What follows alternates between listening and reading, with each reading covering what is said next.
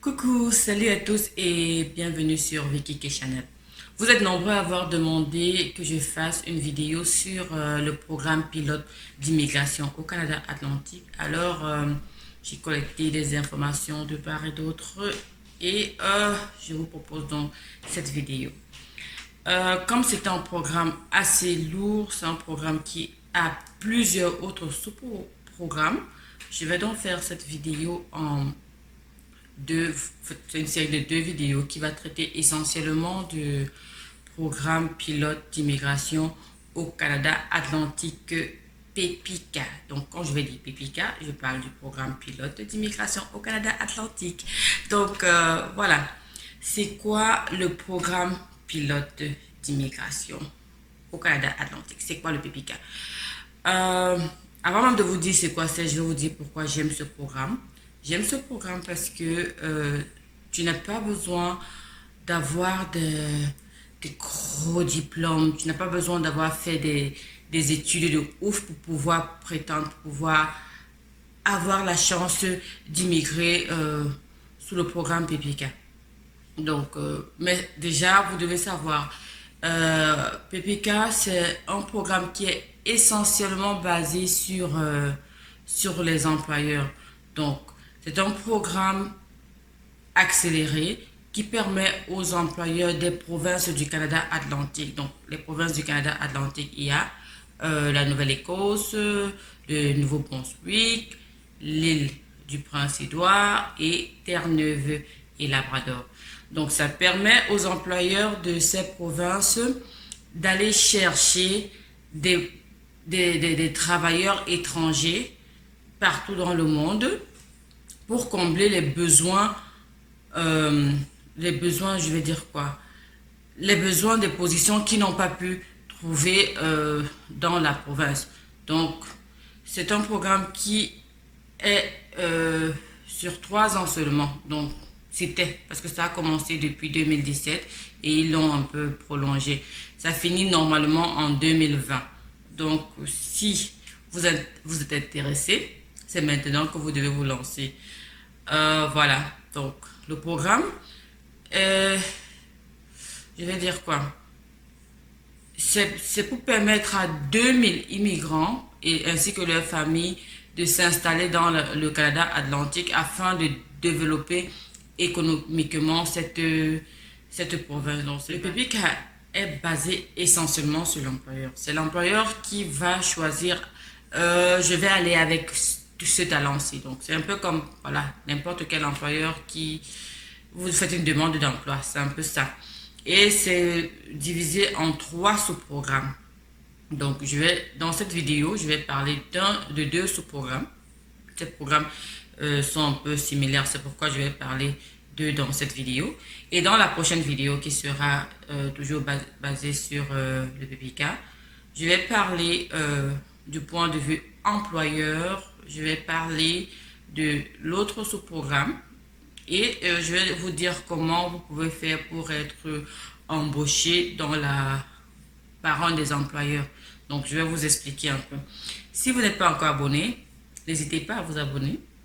Et si vous êtes déjà abonné, ok, voilà, c'est super gentil. Dans les différents sous-programmes du PPK, il y a d'abord le programme des travailleurs hautement qualifiés du Canada Atlantique.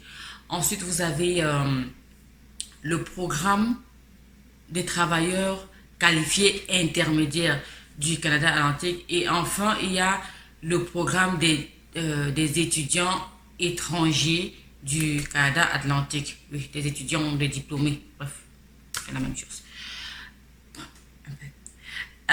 Voilà, donc, dans la vidéo d'aujourd'hui, je vais essentiellement parler des 2 programmes pour les travailleurs hautement qualifiés et pour les travailleurs qualifiés intermédiaires. Donc, je vais commencer donc par les critères d'admissibilité. Les critères d'admissibilité pour les travailleurs hautement qualifiés comme les travailleurs qualifiés intermédiaires sont pratiquement la même chose, seulement il y a une petite différence au niveau de la CNP. La CNP, c'est la classification nationale des professions, et au niveau de l'expérience acquise qui vous permettra de prétendre à être candidat pour le PPK. De toute façon, quand je vais y arriver, je vais lever la différence, comme ça vous saurez. Donc le premier critère d'admissibilité, c'est les études. Au niveau des études, vous devez avoir un diplôme secondaire ou post-secondaire canadien ou son équivalent. Donc vous devez demander une équivalence des diplômes d'études qui sera octroyée par un organisme canadien reconnu. Donc que ce soit pour le travailleur, pour le programme des travailleurs hautement qualifiés ou pour le programme des travailleurs qualifiés intermédiaires, c'est les mêmes critères à ce niveau. Donc ça, c'est ce que vous devez avoir comme étude. Pas besoin d'avoir fait des études d'ingénieur, pas besoin d'avoir une licence, un master ou n'importe quoi, juste un diplôme d'études secondaire ou postsecondaire. Donc, si vous avez seulement un bac, c'est pas grave, vous pouvez être candidat au PPK. Le deuxième critère pour prétendre au PPK, c'est la langue. Et oui, encore le test de langue. Vous devez pouvoir prouver que vous êtes en mesure de vous exprimer dans l'une des deux langues reconnues ici au Canada. C'est le français ou l'anglais. Donc, pour le français, vous pouvez passer le TEF, c'est le test d'évaluation de français, ou le TCF, test de connaissance du français. Et pour l'anglais, vous devez passer le IELTS. Le IELTS, c'est le International English Language Testing System. Et je ne sais pas s'il y a un autre, bref, il doit avoir un autre, mais ça ne me vient pas comme ça à l'esprit. Ça, c'était pour au niveau de la langue. Et je ne sais pas s'il y a des scores que vous devez faire, mais bon, je pense pas. C'est toujours bien si vous pouvez faire le maximum, donc exploser les scores, parce que plus vous avez des points, plus vous avez des chances. Donc c'est toujours mieux, parce que ça peut vous servir pour n'importe quelle immigration que vous voulez faire. Oh non, ça me revient. Je pense que vous devez avoir un minimum de 4. Oui, vous devez avoir un minimum de 4. Honnêtement, moi, je ne sais pas comment il code parce que je n'ai jamais eu à faire ça. Donc, je ne sais pas trop. Et quand vous le ferez, vous devez vous rassurer que, et même, pardon, si vous l'avez déjà fait, vous devez vous rassurer que ça a quoi? Ça date de moins de 5 ans, ou alors ça date au maximum de 5 ans pour être retenu, recevable. Pour être recevable dans le cadre du programme pilote immigration au Canada Atlantique. Je ne sais pas si je l'ai dit, et bon, la répétition c'est la mère des sciences. Si je ne l'ai pas dit, si vous qualifiez pour un des programmes, vous ne pourrez que, si vous qualifiez pour tous les 3 sous-programmes, vous ne serez en mesure de présenter qu'une seule demande. Parce que si vous présentez vos demandes pour les 3 sous-programmes, elles pourraient être rejetées. Donc, vous allez faire, même si vous êtes qualifié pour le sous-programme des travailleurs qualifiés intermédiaires et en même temps, vous qualifiez pour le sous-programme des travailleurs hautement qualifiés, vous ne pourrez malheureusement que choisir un seul programme où vous allez faire votre demande. Donc, je vais revenir sur les critères d'admissibilité. Donc, le prochain critère d'admissibilité que je vais partager avec vous aujourd'hui, c'est la preuve des fonds.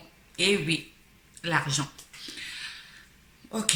Comme d'habitude, le Canada exige que lorsque vous venez vous installer sur le sol canadien, vous devez avoir suffisamment de fonds pour prendre soin de vous et de votre famille pendant un certain nombre de temps, le temps de trouver le travail, le temps de vous installer. Vous aurez besoin des fonds parce que même si vous venez pour travailler, voilà, on ne va pas vous payer les premiers jours que vous allez arriver. Vous aurez besoin d'avoir un peu de fonds pour tenir compte, pour prendre soin de vous et de votre famille. Et où un peu, je trouve, voilà, ils ont un peu exagéré, c'est que ils vous demandent d'avoir des moyens, donc des fonds, même si les membres de famille ne vont pas vous accompagner directement au Canada. Donc, si vous laissez, par exemple, comme certains le font souvent, la famille ou même deux personnes ou deux de vos enfants dans le pays d'origine, lorsque vous arrivez ici, vous devez avoir les fonds suffisants pour cela aussi, pour prendre soin de bon. Je ne sais pas pourquoi ils l'ont fait comme ça. Malheureusement, ils ne l'ont pas dit. Le prochain point d'admissibilité dans ce cadre, c'est bien effectivement l'expérience de travail. Donc, depuis là, je vous ai pas encore dit, j'ai pas encore fait la différence parce que jusqu'ici, c'est les mêmes conditions pour les travailleurs hautement qualifiés ou les travailleurs qualifiés intermédiaires. Donc, jusqu'ici, c'est toujours la même chose. Donc, au niveau de la preuve de fonds, je ne l'ai pas signalé, mais c'est la même chose. Si vous me suivez depuis le début, vous devez comprendre, c'est la même chose. C'est 3000 et quelques de dollars quand on est seul, 3167 dollars lorsqu'on est seul, 3900, je vais dire pratiquement 4000 lorsqu'on est deux, et puis ça monte. Vous pouvez consulter, ou je vais voir, je crois que je vais bien mettre le lien pour les fonds, comme ça vous allez voir si vous avez assez de moyens, voilà, pour pouvoir, ou combien ils demandent. Donc, désolé d'avoir un peu sauté du coq à l'âne. J'étais sur le prochain point qui était le nombre d'années d'expérience. Là encore, c'est la même pour les deux différentes catégories, les deux différentes sous-catégories, je vais les appeler comme ça. Il faut avoir travaillé 1560 heures de travail. Ce travail ne doit pas avoir été un travail gratuit. Donc, c'est un travail rémunéré. Vous devez avoir travaillé, c'est-à-dire environ 30 heures par semaine. Ça va faire 1570, ça donne pratiquement un an. Donc, vous devez avoir travaillé ça. Et les stages, je crois, les stages sont aussi comptés pour autant qu'ils aient été rémunérés. Et vous devez avoir fait le même travail, même si c'est sous différents employeurs, je ne sais pas. Donc, supposons que vous soyez infirmier. Si vous avez fait infirmerie, peut-être 6 mois, donc supposons 500 heures, et vous êtes allé faire maintenant, je vais dire quoi, qu'est-ce qui n'a rien à voir avec l'infirmerie, comme ça qui me vient. Vous êtes allé enseigner par exemple 500 heures, ça ne va pas compter. Vous allez choisir entre infirmerie ou alors enseignant. Les deux, ça ne va pas quoi. Donc, sauf si vous enseignez dans l'infirmerie aussi, mais non, ça ne compte pas. Ça doit être vraiment dans le même domaine. Si vous avez été boucher, après vous êtes allé être infirmier, ça ne passe pas. Ils acceptent, vous pouvez avoir changé d'employeur, ça va compter, les heures vont compter. Mais si vous changez carrément de profession, malheureusement, les heures ne comptent pas. Vous allez perdre les heures, donc vous allez choisir le métier que vous avez fait qui cadre avec le programme pour lequel vous voulez appliquer.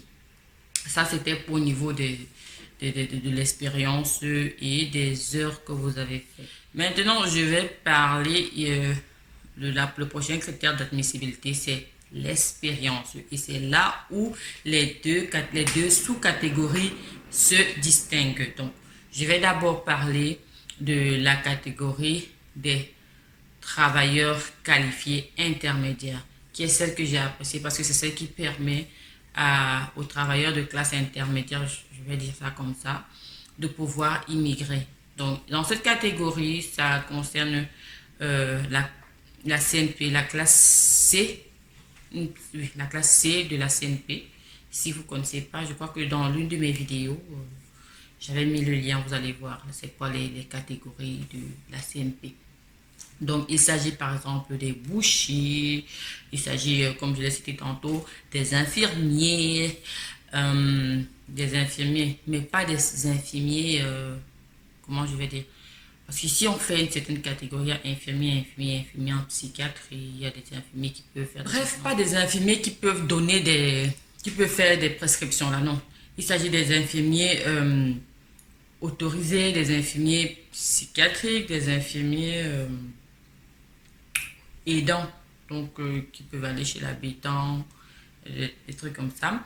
Il y a aussi des conducteurs, donc si vous êtes peut-être chauffeur et que vous avez été chauffeur et vous avez été reconnu, vous travaillez quelque part et qu'on peut vous attester ça, vous pouvez aussi venir au Canada en disant en tant que chauffeur. Là, je trouve ça très bien, c'est ce que j'ai aimé. C'est pas le genre où il fallait simplement avoir tel diplôme, non, parce que honnêtement, le Canada fait une immigration sélective. Donc, ça, j'ai trouvé ce programme vraiment waouh.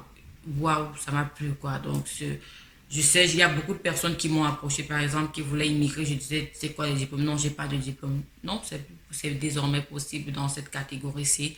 Vous pouvez, si vous avez été chauffeur, si vous avez été chauffeur dans une compagnie, si vous avez été chauffeur pour quelqu'un et que cette personne vous a légalement employé, vous pouvez prétendre à euh, à ce programme vraiment. Et si vous avez des connaissances qui peuvent le faire, ce serait vraiment gentil parce que voilà, je suppose que le travail de chauffeur ailleurs, c'est pas comme le travail de chauffeur ici.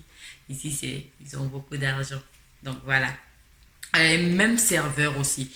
Je sais qu'il y a beaucoup de serveurs, vous ne faites que servir. Et puis, si vous avez été serveur dans cette catégorie, c'est dans la catégorie des travailleurs intermédiaires, des travailleurs qualifiés intermédiaires. Vous pouvez faire appliquer pour l'immigration sous ce programme, sous ce sous-programme, parce qu'actuellement, le programme, c'est le PPK et le sous-programme, c'est le programme des travailleurs qualifiés intermédiaires du Canada. Donc, je ne vais pas vous rabâcher les oreilles avec les catégories parce que c'est différent. Tous ces métiers que je viens de citer, c'est différentes catégories. Ce n'est pas que la catégorie C, il y a la catégorie B3, mais quelque chose, il y a la catégorie. Si vous avez besoin des liens, n'hésitez pas à me le demander, je vais les mettre en dessous sous la vidéo. Et si vous avez des questions, si vous avez des remarques et tout. Donc ça c'était pour la sous-catégorie pardon des travailleurs qualifiés intermédiaires. Donc dans cette catégorie des travailleurs hautement qualifiés, comme je vous disais tantôt, les Canadiens, ils aiment bien la crème. Ils aiment les meilleurs des meilleurs. Donc, on ne peut pas oublier les médecins dans cette catégorie pour ceux hautement qualifiés. Ce qu'ils appellent hautement qualifiés, les médecins, les dentistes, les architectes, les directeurs de restaurants, les directeurs de ceci, directeurs de cela, bref, les chefs de cuisine, les électriciens, les, les plombiers, bref, c'est la catégorie 0, B et C de la CNP. Donc, si encore j'ai manqué de dire quelque chose, n'hésitez pas, allez juste taper la classification nationale des professions canadiennes et ça va, vous pourrez consulter à quelle catégorie de quelle catégorie vous faites, à quelle catégorie vous appartenez. Et comme ça, vous saurez. Il y a une chose que je n'ai pas dit, mais si vous avez remarqué, je ne fais que dire, vous avez été employé. Ceci dit, c'est pour dire, les travailleurs autonomes sont exclus. Donc, si vous travaillez par exemple à votre propre compte, vous n'êtes pas employé, malheureusement, vous n'aurez pas accès à ce type d'immigration. Il y a un type d'immigration pour les travailleurs autonomes. Donc ça, c'est juste pour les employés. Si par exemple, vous êtes chauffeur d'une agence de voyage, dans une agence de voyage, vous pouvez prétendre. Si vous êtes serveur dans un restaurant, si vous êtes serveuse dans un restaurant, vous pouvez prétendre. Si vous êtes infirmier dans une clinique, vous pouvez prétendre à faire ce travail. Donc, et je l'ai dit d'entrée de jeu, si vous m'avez écouté depuis le début, ce programme est essentiellement basé sur l'employeur. C'est l'employeur qui va solliciter un employé.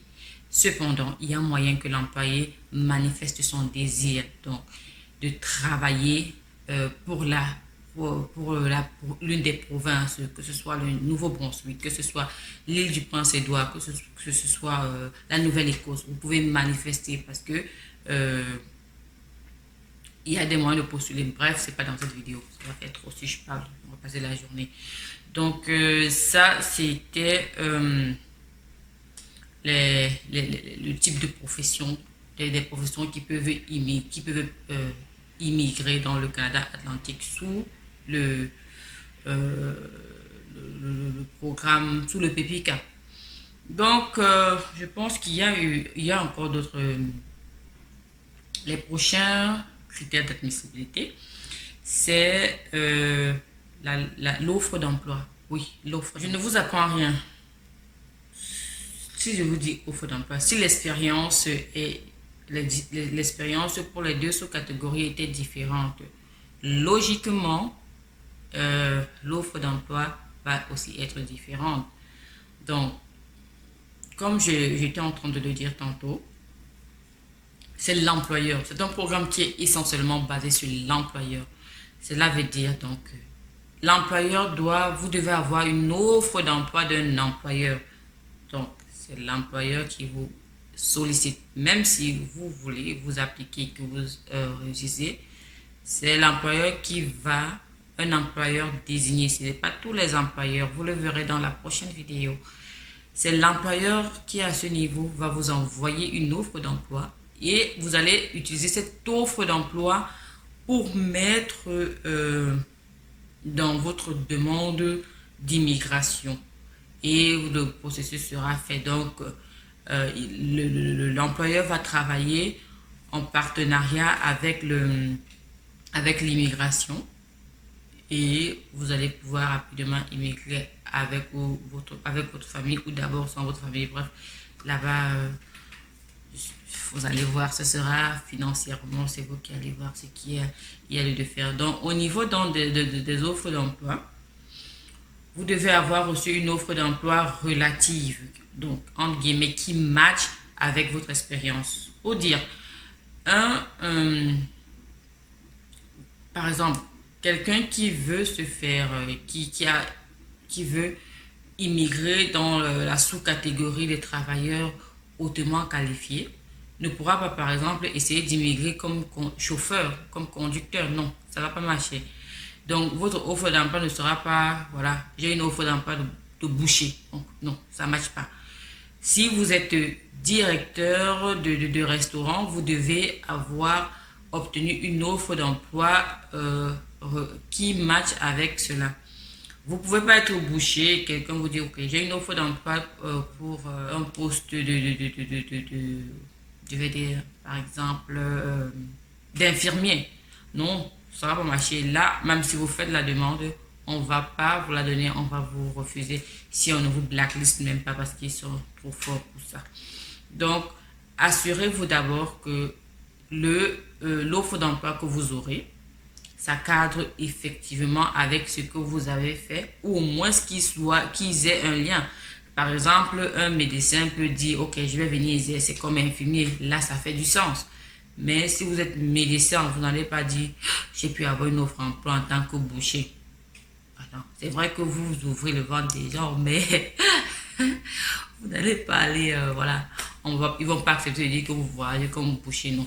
Ça ne va pas faire du sens. Donc, ne faites pas ça. Si, pour checker comment vous allez faire, quand vous avez votre offre d'emploi, rassurez-vous que ça match avec la catégorie avec laquelle vous êtes en train de faire sous laquelle vous faites votre demande d'immigration. Si ça ne matche pas, ils vont d'office vous refuser. Donc, il y a les classifications. Celui qui postule pour la sous-catégorie des travailleurs hautement qualifiés, l'offre d'emploi doit faire partie de la catégorie de la classe 0 A ou B de la CNP. Celui qui postule pour la catégorie des travailleurs qualifiés intermédiaires doit se rassurer que son offre d'emploi match avec la classe C de la CNP et certaines autres classes que j'ai citées. Il y a la classe B, c'est quoi? B3, mais quelque chose. Bref, vous allez voir. Si vous avez besoin, n'hésitez pas à me poser des questions, s'il vous plaît. Je me ferai un plaisir de vous répondre. Donc, ce sera grossièrement tout pour cette vidéo. Donc, je vais faire de la vidéo que je vais poster prochainement, ça va parler de l'employeur, ce qu'il faut pour l'employeur. Donc, même si vous recevez une offre d'emploi, parce qu'il y a du faux, vous pouvez recevoir des fausses offres d'emploi juste pour vous arnaquer. Si vous recevez une offre d'emploi, je vous donnerai des informations, comment est-ce que se rassurer que cet employeur est en droit de vous offrir cette offre d'emploi. Ou encore, je vous parlerai aussi de la dernière catégorie, sous-catégorie. Et je vous dirai où est-ce que vous pouvez aller trouver, chercher des emplois pour postuler. Et voilà. Donc, je vous dis merci de m'avoir écouté jusqu'à la fin. Je vous dis merci de vous abonner. Si vous n'êtes pas encore abonné, je ne sais pas pourquoi les abonnements ne monte pas, alors que c'est juste un tout petit clic comme ça. Vous faites seulement. Et c'est tout. Sans plus, juste un petit. Vous touchez, à peine même touché. C'est quoi? Vous effleurez et puis c'est fait. Donc, et voilà. N'oubliez pas de liker la vidéo si vous l'avez aimée, la partager autour de vous, autour de vos connaissances. Et si vous avez des recommandations, si vous avez des critiques à apporter, je serai tellement ravie que vous les échangez avec moi par le biais des commentaires là en bas. Ce serait gentil de laisser un tout petit commentaire et on va se revoir dans la prochaine vidéo qui sera, voilà, la vidéo finale du PPK. PPK, vous savez désormais ce que c'est. Passez une agréable journée. Au revoir. Bisous, bisous.